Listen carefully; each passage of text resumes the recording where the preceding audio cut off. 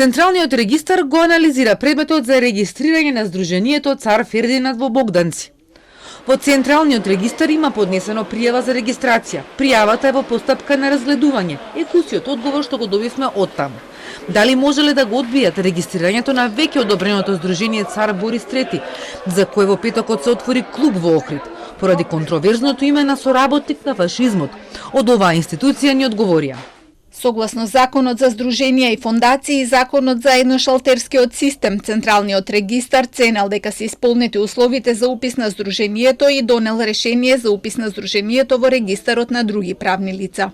Со именувањето на клубовите по Цар Фердинанд и Цар Борис, тенденцијата на Бугарија е да ја поврзе бугарската со македонската историја, смета историчарот Митко Панов. Фердинанд и Борис III се символ на да кажеме окупацијата на Македонија, едниот во Втората светска војна Борис и Фердинанд во Првата светска војна.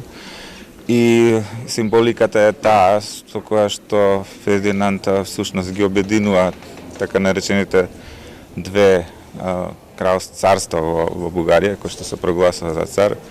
Третото спорно бугарско здружение Цар Фердинанд најверојатно ќе биде првото за кое ќе заседава адхок телото за употреба на имиња на историски личности на здруженија.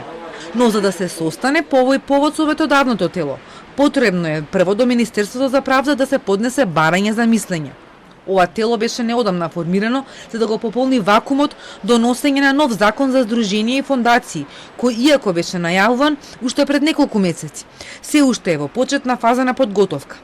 Од петокот во собранието е предлогот на ВМРО ДПМН за менување на овој закон со кој велат ќе се спречи идно формирање на квази културни клубови, но и да се реагира за актуелните спорни здруженија.